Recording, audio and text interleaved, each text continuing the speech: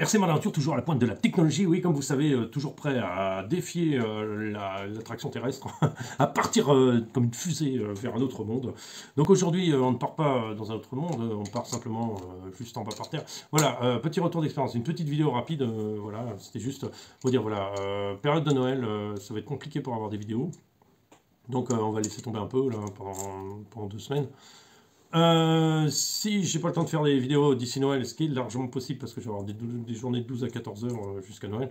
Donc bah, je vous souhaite un bon Noël à tous déjà, ce qui est important. Je mettrai au moins un petit message, je pense, juste avant Noël pour vous souhaiter joyeux Noël à tous et puis que vous en profitiez, que vous ayez des beaux cadeaux sous le sapin de Noël, mais bon, on va pas chanter la chanson non plus. Hein. Que vous ayez un bon moment en famille, que vous profitiez de ces moments un peu, partager ces moments en famille. Cette vidéo aujourd'hui, c'est juste un petit retour sur les. Ce matin, je suis allé rouler avec un copain de Tchèque à qui j'aide aussi à faire à monter un crawler comme le mien, exactement le même. Alors lui, il est parti carrément photocopie. Lui, il fait des photocopies. Il reprend tout au millimètre près. C'est hallucinant. Il m'a montré son châssis ce matin. Là, on allait rouler ensemble. Il n'y a pas de vidéo malheureusement parce que bah, je voulais profiter un peu d'être avec lui quoi, pour discuter. Il avait beaucoup de questions, il voulait voir beaucoup de choses. Donc ça m'a gêné un peu de faire des vidéos à ce moment-là. Donc comprenez bien. Il a fait la même chose. Pour l'instant, il n'est pas complet. Son truc, il manque l'overdrive à l'avant. Il manque alors tout parce qu'il m'a demandé toutes les mesures. Il a repris plein de mesures sur la voiture. Cerveau avant, l'électronique n'est pas montée. Donc il a réussi à trouver un Axial SX10-2. Je crois qu'il l'a trouvé en Espagne. Incroyable. Incroyable. Il est tout neuf, tout propre. Hein. Il a pris les mêmes pneus, même jantes, tout y est. Ça va être le même vario, ça va pas être le même moteur, ça va être, je crois, 21 tours au lieu de 20 parce qu'il n'arrive pas à trouver le 20. Mais bon, ça n'a aucune incidence, ça va pas avoir une grosse incidence sur le comportement ni quoi que ce soit. Après voilà, c'est tout pareil quoi. Si ce n'est que, donc il voulait voir, surtout il voulait se rendre compte comment fonctionne le châssis. Donc il m'a suivi déjà la dernière fois sur une compétition, donc il m'a suivi tout le temps. Hein. Il a regardé, regardé, regardé. Alors c'est un ancien pilote de rallye qui est à la retraite depuis une dizaine d'années parce que bon, il faut quand même un sacré physique parce qu'une voiture de rallye c'est loin d'être confortable hein, pour le dos et tout ça. Et puis après il fait du modélisme depuis très longtemps, il faisait des camions et maintenant il est parti dans visiblement le crawler là. Et il voulait se monter un crawler vraiment comme le mien parce qu'il était bluffé par ses performances. Donc voilà pour la petite histoire.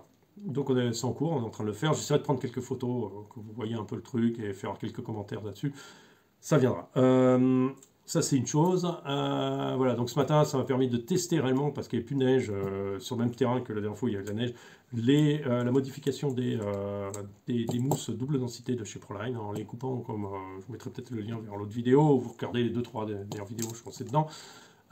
C'est vraiment un beaucoup mieux parce qu'en fait au lieu d'avoir un tout petit peu de suspension et après c'est dur. Non, en les coupant, vous avez beaucoup plus de moelleux, ce qui fait que votre pneu, en fait, quand vous êtes en haut du truc, quand vous êtes en haut de l'obstacle, les pneus avant n'ont plus tendance à sautiller parce qu'ils avaient tendance à rebondir, surtout quand on a un véhicule léger. Ça, c'est le problème quand on a un véhicule léger, c'est que quand on est en dessous de 2 kg, déjà le matériel n'est plus le même. Et les véhicules sont la plupart prévus pour 2,5 kg, 3 kg. Mais pour tout adapter à du 1,8 kg comme moi, c'est compliqué parce que justement, il n'y a plus rien qui va vraiment bien là-dessus. Donc voilà, la modification marche très bien. Je suis passé là à des endroits pourtant, malgré le froid, malgré le caillou qui sont mouillés en ce moment, il n'y avait pas de soleil, donc ils n'étaient pas vraiment au soleil. Donc ils étaient mouillés, je suis passé à des endroits où je ne passe jamais. Donc j'ai été très surpris, même lui était surpris. Donc voilà, si vous voulez faire la modification, faites-le, c'est vraiment un plus. Je te conseille ça, Geoffrey. Après, tu peux vraiment le faire, les yeux fermés, ça marche très bien. Deuxième chose, on est parti aujourd'hui faire l'essai du coup sur la Tamiya DT03. Je vous ai promis une vidéo un peu pour mettre en avant le gyroscope. Le gyroscope, j'arrive pas trop bien à le régler. Alors, d'un côté comme de l'autre. Ce que ça vous gagne, c'est surtout en ligne droite. Alors, la vidéo va suivre. Hein. En ligne droite, et ça vous stabilise bien la voiture en ligne droite, ça c'est merveilleux, ça vous compense les virages bien comme il faut, mais ça donne un espèce de comportement un peu artificiel, donc il faut s'habituer, ça demande un petit peu d'habitude, un peu de réglage, moi je ne suis pas encore arrivé là. Donc j'ai juste réglé ça, je crois, à l'ordre de 40%, pas beaucoup plus, ça me suffit pour l'instant, et on va voir. Je l'ai supprimé, j'ai roulé un peu sans supprimer, bon c'est pas sur la vidéo, mais J'ai trouvé que c'est plus quand on le supprime, en fait, on a un comportement plus sain quelque part, parce qu'il n'y a pas de cette compensation tout le temps qui se fait automatiquement et qui est à la fois qui aide et à la fois gênante, parce qu'on du coup ça donne des comportements assez flous, assez bizarres du véhicule en fait. Mais du coup, bah, vous allez voir, c'est mon fils qui roule. Alors, bon, là, comme il roule, il n'a pas besoin franchement, de ça l'aide un peu, mais surtout ce qui est important là-dedans, c'est que ce qu'il faut en retenir là-dedans, c'est que c'est un plus, mais pas partout, on va dire. Pas tout le temps, partout. Voilà, ce sera à vous de voir quand le mettre, quand ne pas le mettre. Voilà, ce sera vraiment à vous de juger parce que je suis très mitigé là-dessus, quoi. Je suis moyen-moyen. 50-50 pour l'instant entre ça et ça. De toute façon, ça ne m'a demandé aucun investissement parce que c'est intégré à la télécommande. Donc voilà, c'était juste, voilà, je veux me faire un avis là-dessus. Et voilà, ça dépend. Ça dépend quel est son style de pilotage, quel est son style de personne et tout. Voilà, donc je vous laisse à vous de gérer ça tout seul. Mais bon, je voulais retransmettre là-dessus mes impressions. Après, voilà, donc ce que j'ai filmé, j'ai fait un petit parcours avec des plots. Vous allez voir ça tout de suite. L'intérêt, c'est que ça devient un peu un tutoriel. Ça devient un tutoriel pilotage, et ça devient un tutoriel pilotage qui est pas mal pour les enfants ou pour ceux qui débutent. Alors, ça va être, je vais essayer d'en mettre que du court parce que la vidéo va être un peu longue, mais ça donne un tutoriel pilotage. Je oblige mon fils à en fait à en faire un circuit qui compense différentes techniques, une chicane avec un virage accéléré, plus une grande ligne droite avec un gros freinage à la fin et avec tout ça. Alors le terrain est quand même relativement glissant, il n'est pas en plat, la voiture est très légère. Donc, ce qui fait qu'on a des comportements, des fois, elle part tout de suite en glissade. Ce qui est normal, c'est une véhicule tout-terrain, elle n'est pas réglée pour la piste du tout, mais on roule sur le bitume, voilà. Donc, que vous ayez situé le truc, donc c'est un peu ça. Ce que je l'oblige surtout, c'est à faire l'exercice correctement. Et ce que vous pouvez faire avec votre enfant, ou que vous pouvez faire vous-même, l'exercice correctement, c'est toujours ça. C'est toujours, on part, on freine, on prend un frein de freinage, on freine pas à fond parce qu'il faut freiner pour que les deux roues gardent le grip. On freine en ligne droite, on tourne après, on accélère après. Et que ce soit systématique, même si on n'avance pas vite, même si ceci, cela. Et c'est un exercice que je l'oblige à faire. Et c'est bien, il prend du plaisir à faire ça, donc c'est nickel pour ne pas faire que ça, mais c'est important qu'il fasse toujours l'accélération frein. Parce que c'est important d'avoir sa dextérité au freinage. Et ça, c'est très très important, parce qu'après, plus tard, ça permettra d'être beaucoup plus doué sur le freinage, pour pouvoir mieux le doser et tout ça, parce qu'on a souvent du mal à doser le frein. Comme ça, même moi, hein, qui suis dans le crawling, frein, c'est automatique. Donc moi aussi, c'est bien, ça me fait aussi reprendre et je m'oblige aussi à faire les exercices, donc ce qui me plaît beaucoup aussi. Donc voilà, c'était juste, voilà, vous allez pouvoir faire ça après, ça se transforme un peu en tutoriel, mais bon, c'est pas bien grave, c'est pas forcément intéressant pour tout le monde, mais du coup on profite d'un parking, on profite d'un truc et on profite de ça. Donc profitez-en, voilà, faisons ce que vous voulez. Sur ce, écoutez, j'en ai à peu près tout. Bientôt des nouveautés. Bientôt des nouveautés, je pense après Noël, après jour de l'an. Donc des nouveautés, des trucs un peu plus amusants. Enfin voilà, ce sera les nouveautés de la chaîne pour l'année prochaine un peu. On va essayer de s'efforcer à faire un peu s'ouvrir.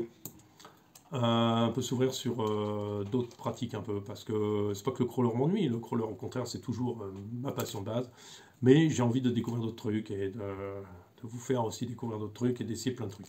Voilà, ben, du coup je vous souhaite de joyeuses vacances si vous partez en vacances, de joyeuses fêtes de Noël, et puis je vous dis à très bientôt en tout cas, parce que on se voit très bientôt, on va pas se voir pour un certain temps, donc bonne fête en famille, et puis à très bientôt, alors soit entre Noël et le jour de l'an, soit après. Allez, à très bientôt, je vous remercie à tous pour votre fidélité et tout ça. N'oubliez pas de liker ou de liker. Voilà, n'oubliez pas, le but de ma chaîne, ça reste toujours de faire un maximum avec ce qu'on a, et après on passe à l'option. Mais qu'après, une fois qu'on a exploité au maximum, on passe à l'option. C'est pas que j'aime pas les options, rien à voir. C'est qu'on va se limiter, c'est plus pour les gens qui ont un petit budget ou qui n'ont pas envie d'investir beaucoup. C'est de pouvoir découvrir le truc et de pouvoir avoir un très bon niveau, sans option spécialement, parce qu'on peut y arriver. Moi, ce que j'aime aussi, alors une deuxième phase de ce que j'aime aussi dans le crawling et dans l'expédition, c'est pouvoir utiliser le véhicule tel qu'il est. C'est-à-dire penser un peu, prendre le véhicule tel qu'il est stock, tel qu'il est, sans rien changer, sans rien faire, rien poser par terre, et à moi de m'adapter pour que le véhicule marche, et pour le faire passer là où je veux. Parce que moi, je veux apprendre aussi, et je veux que mon pilotage s'affine, et tout ça. Alors déjà, la personne qui était avec moi là tout à l'heure, ce matin, elle m'a déjà démontré que, ouf, déjà le niveau, je lui dis, mais toi tu vas avoir la même chose au mois de janvier, puisqu'il attend encore des pièces. Au mois de janvier, on va rouler ensemble. Et au mois de janvier, il me dit, ouais, mais j'ai pas ton niveau de pilotage. Oui, d'accord, il n'a pas mon niveau de pilotage. Moi, j'ai commencé à avoir 2 ans de pratique, 1 an et demi, 2 ans sur ce type de châssis, sur ce châssis, donc il est optimisé à mort, le machin. Bon, lui, il va l'avoir déjà optimisé, mais sans avoir passé par les étapes de l'évolution, donc c'est un peu différent. Et du coup, on va passer directement, il va falloir aussi pratiquer pour apprendre. Apprendre, parce que le crawling, c'est des fois, il faut tourner à gauche quand vous allez à droite, et il faut tourner à droite quand vous allez à gauche, pour pas déstabiliser le véhicule. Et ça aussi, il faut l'apprendre. Et ça, c'est... la pratique va le faire, de toute façon, sans problème. S'il faut persévérer, c'est tout. Il faut toujours persévérer, chercher comment on peut faire, comment on peut passer. Ça, c'est pas s'arrêter, ah, ça passe pas, c'est fini. Non, il faut toujours trouver son chemin, trouver un autre angle d'approche, chercher. Ça. Voilà, c'est toujours un peu une recherche personnelle. Après, alors, moi, j'aime l'option, j'aime les belles choses, attention, j'aime ce qui est beau. Attention, la Mini Z, elle est classe, hein, moi. Elle est splendide, hein. J'aime beaucoup ce genre de choses. J'aime bien mettre des belles choses sur mon véhicule. J'aime bien prendre voilà. J'aime bien aussi, Betty aussi est un exemple, hein, j'aime aussi. Mais je pourrais aussi mettre plein de choses sur Betty. Mais Betty, j'ai envie de la prendre telle qu'elle est. Telle qu'elle est. Et adapter mon pilotage à ça. Voilà. C'est juste comme ça. Comme ça vous permet aussi à vous de vous adapter aux choses. C'est pas forcément. Je vois qu'en compétition, ils ont tous du poids à mort dans les roues. Pourtant, c'est des véhicules qui n'ont pas de poids en hauteur. Ils mettent du poids, des brushes et tout ça. Et moi, je me dis, plus ça, plus je me dis, plus je suis convaincu qu'il vaut mieux être en super léger. Et mon véhicule en super léger, je trouve qu'il a des performances qui sont waouh. C'est moi que ça regarde, c'est moi qui pense ça, c'est moi qui crois ça, mais c'est moi qui continue dans cette idée-là, quoi. Et je suis pas prêt de changer pour l'instant parce qu'on m'a pas prouvé le contraire. Après, ça dépend de quel châssis vous avez, mais voilà. Alors, je veux juste voilà, vous dire simplement voilà, que voilà, j'aime le matos, j'aime l'option aussi, c'est beau, j'aime bien tout ça. Je pourrais mettre sur la DT03 plein d'options des moteurs Switchless, mais je trouve ça tellement plus naturel et plus... Si je veux faire une fusée, je prends pas une DT03, c'est clair, je prends un Yokomo, ou une BXR, ou j'en sais rien, je prends un truc comme ça. Yokomo, j'adore. Donc je prends une Yokomo, voilà. Je prends une Yokomo châssis carbone, je sais ce que c'est, du Fabi et tout ça. Transmission par courroie, je connais ce que j'avais dans les années 90. Ça marche du tonnerre, voilà. Je monte une bombe, je prends une Yokomo, châssis Yokomo, d'accord. Je monte ça avec un truc brushless, top moumoute. Je monte ça à une radio qu'il faut. Et c'est parti, on est parti là. Mais c'est pas mon but. Mon but, c'est de prendre la DT03 telle qu'elle est. Telle qu'elle est stock, telle qu'elle est. Et faire avec elle. Et essayer de faire quelque chose avec elle. Vous voyez, c'est pas du tout la même approche. Voilà. Je préfère avoir une vieille Renault 12 que d'avoir une Skoda Octavia. Voilà. Par exemple. Je vous dis, voilà, cette Skoda Octavia. Enfin, je veux dire, allez, je sais pas quoi, récent, quoi. Je préférais prendre, allez, une Renault, pas 12 parce qu'elle n'est pas belle, la Renault 14 non plus, mais la Renault 16, voilà, Renault 16, elle a son style. Voilà, Renault 16, tu vois, je préférais prendre une Renault 16, la retaper, m'amuser à la retaper, et puis rouler comme ça, même s'il n'y a rien dedans, même si, voilà, et m'habituer à elle et prendre du plaisir comme ça, que du coup, de m'acheter un espèce de, je sais pas, un truc, comme on a maintenant des voitures aseptisées avec tellement de compensation à je sais pas quoi, que du coup on n'a plus de la conduite, il n'y a plus la même sensation du tout de conduite et plus rien du tout. Quoi, donc voilà, c'est un peu nostalgique, mais c'est comme ça. Voilà, je vous embête plus, je vous souhaite toujours un bon Noël, c'était juste la parenthèse. Je vous dis à très bientôt, il va falloir accélérer la vidéo parce qu'elle est trop longue. Salut à tous. De prendre une bonne accélération et freine, sans tourner.